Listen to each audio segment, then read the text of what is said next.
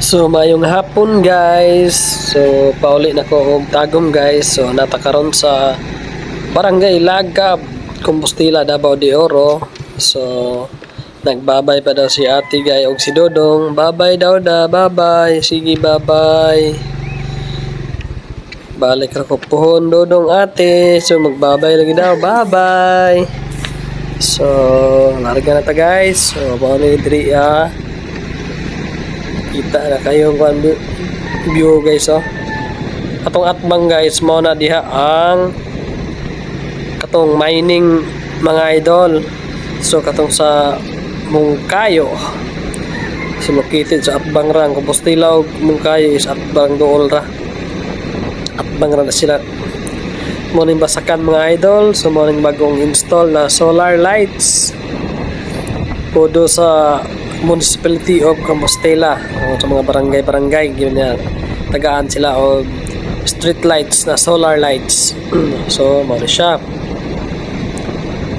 tapos muna siya mga idol.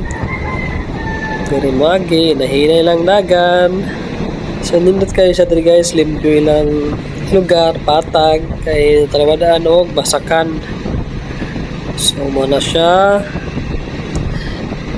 mo na ilahang tricycle diri sa Compostela.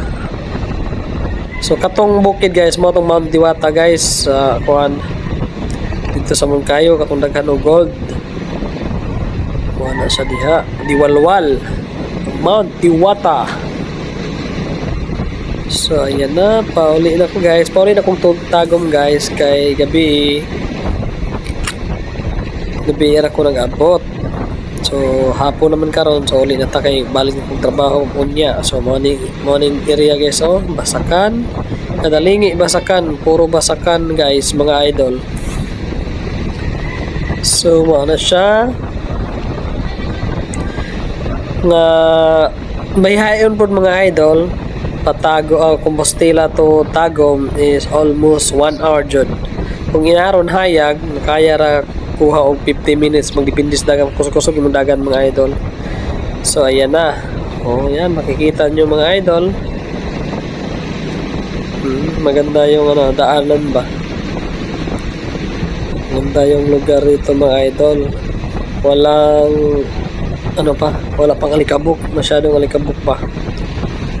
So yan po. Salamat po sa lahat ng nanood sa aking video.